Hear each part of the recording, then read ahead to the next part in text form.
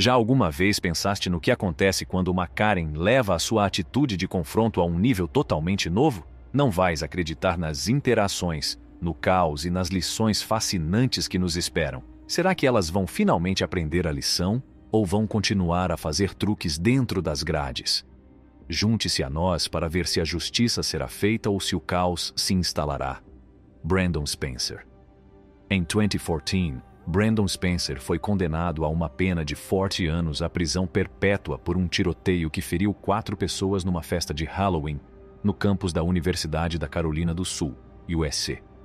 Durante a sentença, Brandon ficou muito emocionado, batendo com a testa na secretária e gritando palavrões enquanto o juiz lia a sua condenação por 4 crimes. O seu advogado pediu clemência, salientando o seu emprego como segurança e as aspirações de frequentar a universidade. No entanto, a acusação retratou Brandon como membro de um gangue com um historial de violência, apresentando tweets como prova. O tiroteio foi visto como resultado de uma rixa contínua com outro membro de um gangue, alimentada pela rivalidade nas redes sociais. T.J. Lane. O caso de T.J. Lane é um exemplo perturbador de um indivíduo profundamente perturbado que cometeu um ato de violência horrível. Nascido Thomas Lane III, era um estudante de 17 anos que tinha sido transferido da Chardon High School, em Chardon, Ohio, para a escola alternativa Lake Academy.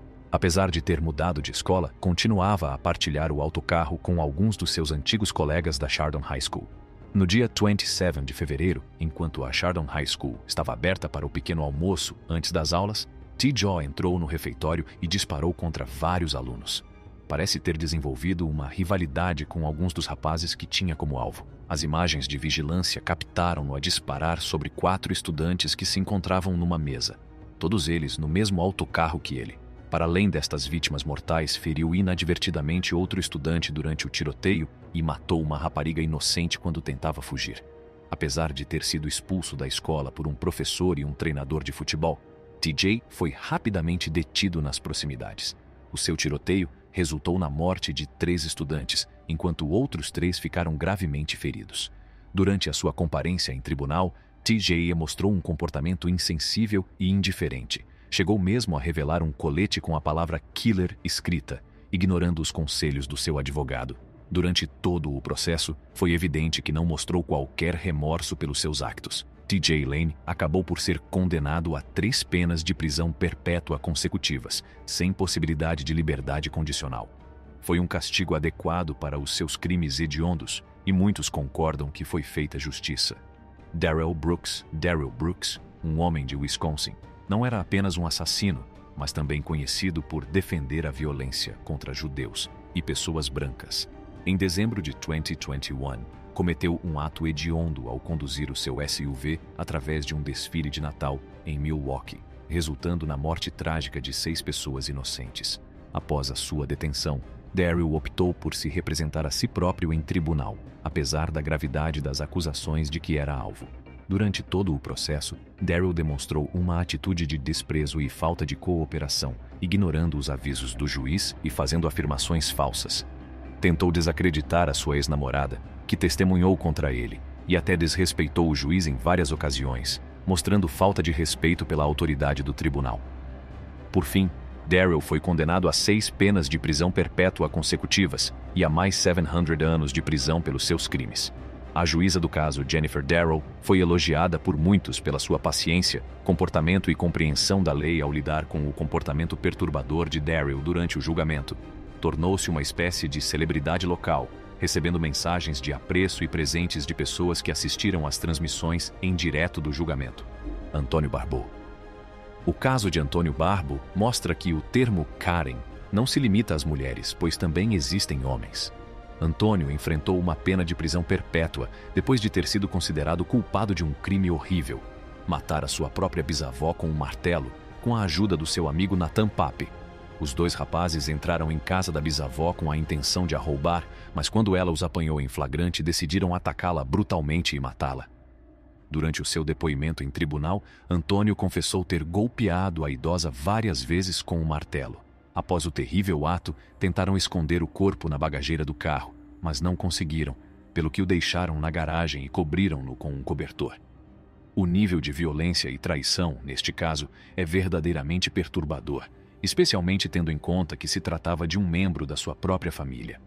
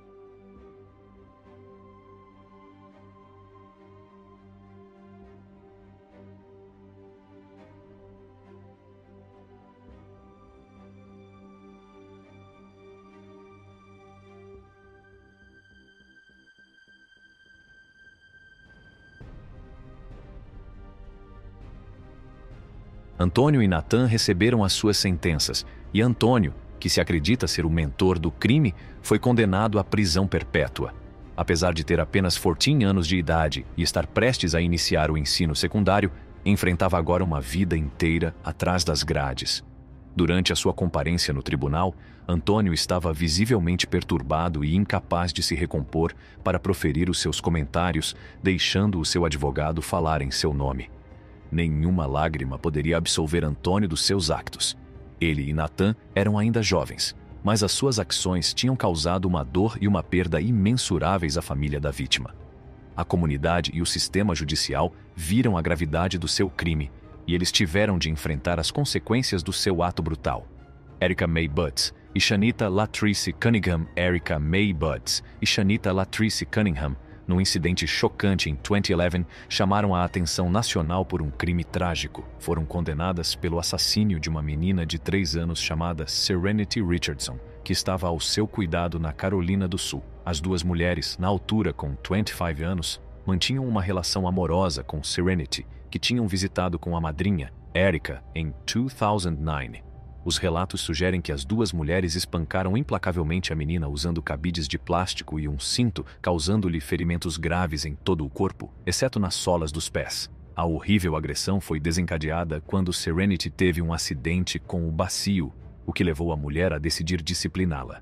Tragicamente, as suas ações foram longe demais e Serenity perdeu a vida. Depois de se aperceberem da extensão dos seus danos, tentaram esconder as provas, colocando a menina em gelo e expondo-a à lixívia. Após a sua detenção, Erica e Shanita foram acusadas e julgadas, acabando por ser condenadas à prisão perpétua pelos seus actos imperdoáveis. Durante a sentença, as duas mulheres e os membros das suas famílias tiveram explosões emocionais extremas na sala de audiências, com alguns a desmaiar e a hiperventilar. Joshua Phillips, conheça Joshua Phillips, que cometeu um ato hediondo com apenas 14 anos de idade. Joshua vivia nos subúrbios de Lakewood, em Jacksonville, Flórida, depois de a sua família se ter mudado para lá. A sua infância foi conturbada, com um pai alcoólico e abusivo chamado Steve e uma mãe reclusa. Com dificuldades em fazer amigos, Joshua encontrou consolo na sua vizinha de 8 anos, Maddie Clifton, que se tornou a sua única amiga no novo bairro. Um dia, enquanto brincavam juntos, ocorreu um acidente, e Joshua feriu Maddie sem querer. Com medo da reação do pai, Joshua reagiu impulsivamente, arrastando Maddie para o seu quarto, onde a estrangulou e espancou com um bastão.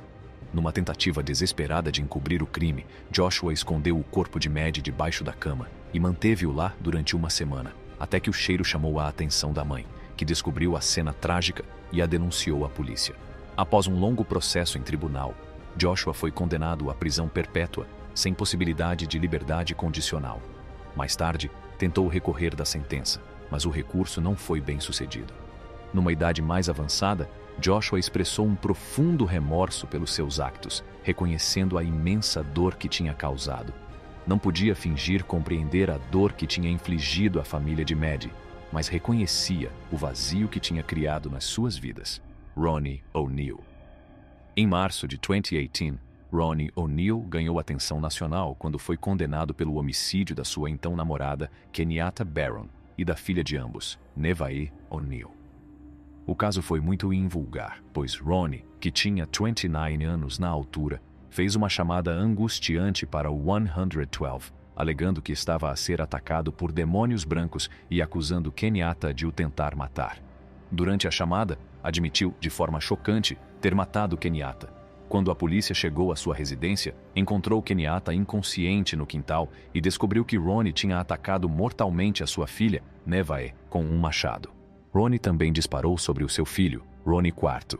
Embora, felizmente, o rapaz tenha sobrevivido, mas ficou gravemente ferido. Durante o julgamento, Ronnie representou-se a si próprio, em vez de contratar um advogado, e o seu comportamento tornou-se errático e divagante, chegando mesmo a referir-se a Kenyatta e a OS e seus filhos como entidades demoníacas. Por fim, a tentativa de Ronnie de se defender e as suas ações peculiares não correram bem. Foi preso depois de resistir à polícia e acabou por ser condenado a 3 penas de prisão perpétua e a mais 90 anos de prisão pelos seus crimes. Foi um desfecho difícil para Ronnie, e os seus esforços para provar o seu valor só pareciam selar o seu destino.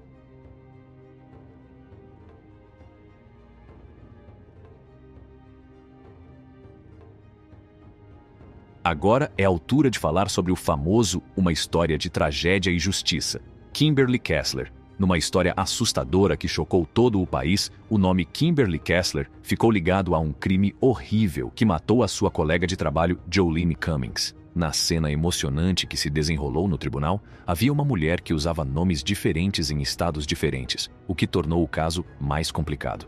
Na primavera de 2018, Jolene Cummings, de 34 anos, desapareceu, o que provocou ondas de choque na vizinhança. Por muito que tentassem, não conseguiam encontrar o seu corpo. Havia um desejo de justiça, mas a sentença de morte não estava em cima da mesa. Em vez disso, Kessler recebeu uma sentença que a manteria na prisão para o resto da sua vida. O juiz deixou bem claro que Kessler não podia sair impune do que tinha feito. Durante a investigação e o processo judicial, a saúde mental esteve no centro das atenções. No início, pensava-se que Kessler não seria capaz de ir a julgamento, mas mais tarde ficou demonstrado que ela compreendia a gravidade do que tinha feito. No entanto, durante o julgamento, recusou-se a participar, o que causou problemas que levaram a que fosse colocada numa sala diferente com uma ligação vídeo à sala de audiências. As ações de Kessler foram por um caminho preocupante. Segundo consta, era magra porque passava fome e as suas roupas em tribunal eram muito controversas. As suas chocantes demonstrações de desdém e falta de arrependimento foram talvez as mais perturbadoras.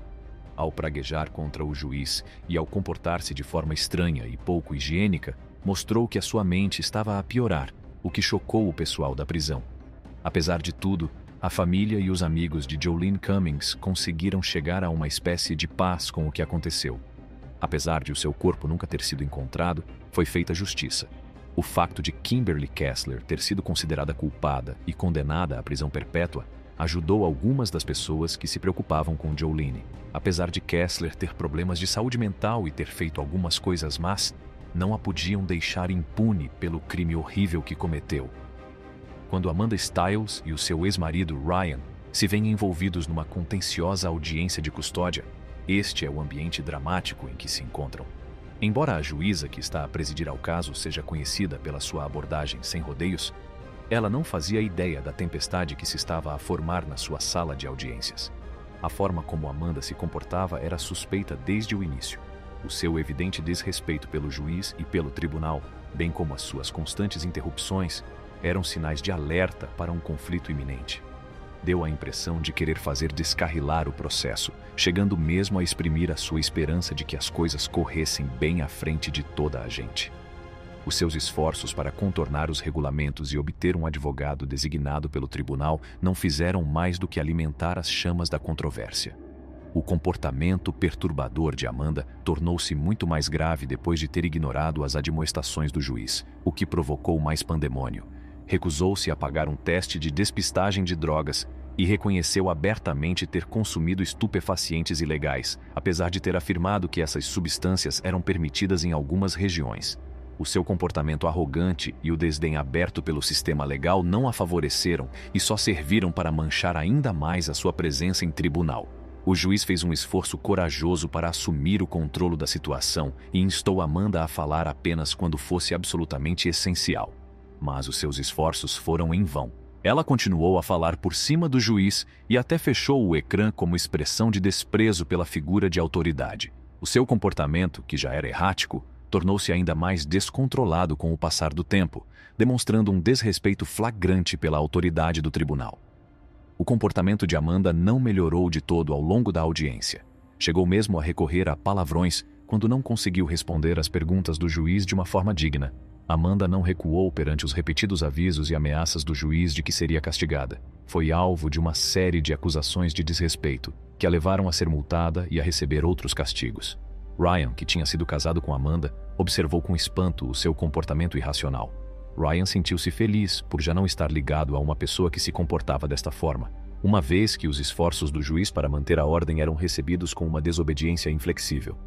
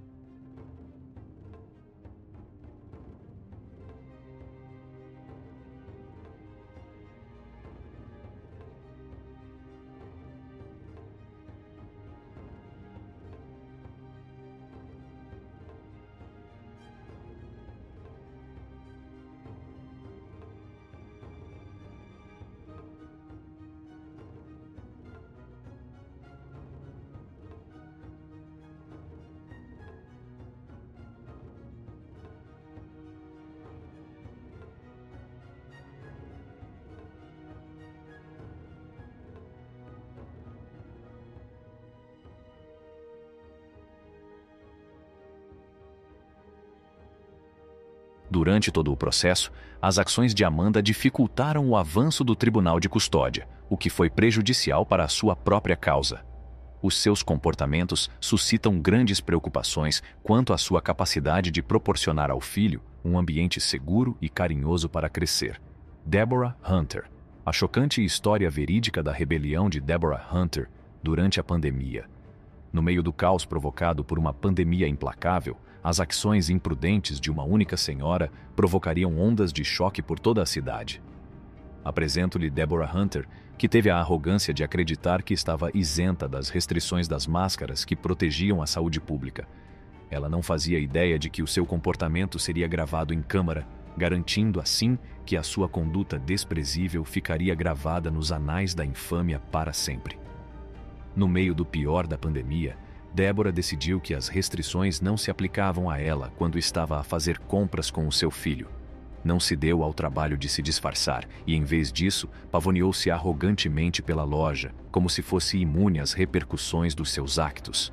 No entanto, O que aconteceu a seguir demonstraria até que ponto lhe faltava qualquer tipo de compaixão. Heather Sprague, uma corajosa doente de cancro que já estava a lidar com graves problemas de saúde. O caminho de Deborah cruzou-se com o de Heather, e num ato malicioso, ela tossiu para cima da mulher indefesa. Heather foi apanhada de surpresa. As ações de Deborah adquiriram um grau de insensibilidade ainda mais arrepiante quando Heather descreveu a ocorrência como uma agressão, que incluía uma componente física e uma componente psicológica. Deborah foi confrontada com todo o peso do sistema legal, uma vez que foi estabelecida a gravidade da sua transgressão. Foi levada a tribunal pelo seu ato insensível e o juiz considerou-a responsável pelo seu flagrante desrespeito, pelo bem-estar do público em geral e pela sensibilidade necessária nestes tempos difíceis. Foi condenada a 30 dias de prisão, o que constituiu uma resposta rápida e severa que enviou uma mensagem clara sobre a gravidade dos seus actos. Deborah foi forçada a enfrentar as consequências das suas ações descuidadas quando o caso foi levado a tribunal. Admitiu que tinha cometido um erro e expressou o seu arrependimento, não só pelo efeito que teve sobre si própria, mas também sobre a sua família. A sua voz estava cheia de remorsos quando falou.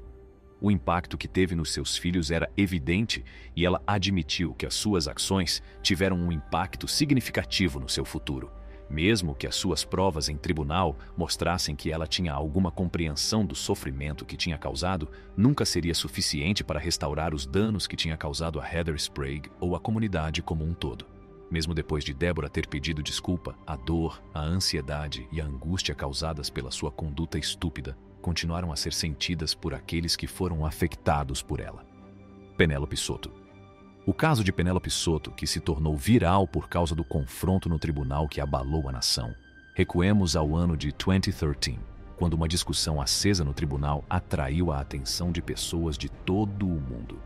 Penélope Soto, cuja audiência de fiança num tribunal de Miami se transformou num espetáculo que se tornaria viral, esteve no centro das atenções durante toda a aprovação. Foi acusada de posse de estupefacientes, mas agiu como se o processo não passasse de uma brincadeira. No entanto, não fazia ideia das ramificações que lhe estavam reservadas. A atitude descontraída e desdenhosa de Penélope para com o juiz Jorge Rodrigues, quando este tentava avaliar a sua situação financeira, fez levantar as sobrancelhas. Penélope respondeu às questões colocadas pelo tribunal com uma atitude casual, agindo quase como se as questões não fossem importantes, apesar da gravidade da situação. No entanto, o juiz não gostou nada disso e disse-lhe, de uma forma dura, que a sala de audiências exigia respeito e decoro em todas as alturas. Depois disso, o tribunal começou a investigar o seu consumo de substâncias, numa tentativa de averiguar o seu estado mental durante as últimas 24 horas. Penélope negou veementemente qualquer consumo recente, mas o seu comportamento durante a conversa levantou sérias preocupações quanto à veracidade das suas afirmações. Como resposta decisiva e firme, o juiz Rodrigues, que é conhecido pelo seu estilo sem rodeios, aumentou a caução da arguida para $10 como um aviso severo sobre a importância de mostrar respeito. Depois de Penélope ter sido informada do aumento do montante da coima, a tensão na sala de audiências aumentou. Num acesso de raiva, ela gritou com o juiz e fez-lhe um sinal de reprovação à frente de toda a gente. Era impossível ignorar uma demonstração tão óbvia de desrespeito, pelo que o juiz Rodrigues tomou medidas imediatas e condenou a arguida a 30 dias de prisão.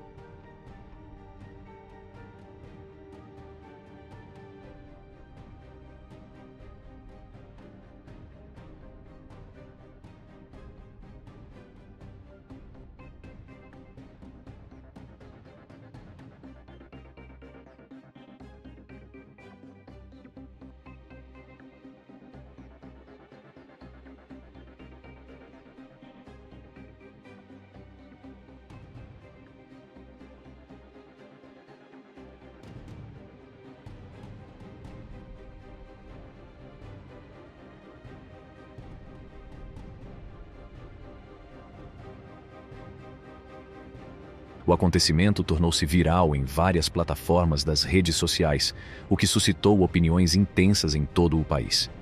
Muitas pessoas ficaram enojadas com o comportamento indelicado de Penélope, mas outras conseguiram empatizar com as consequências que ela teve de suportar em resultado das suas ações.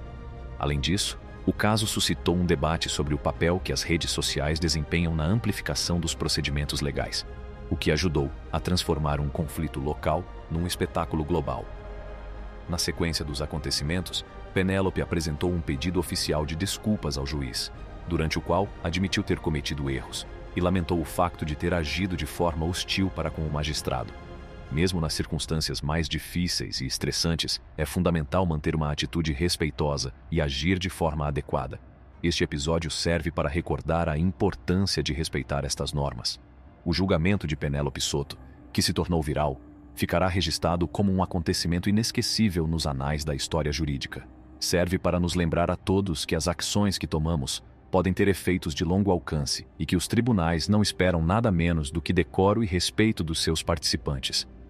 Obrigado por participar.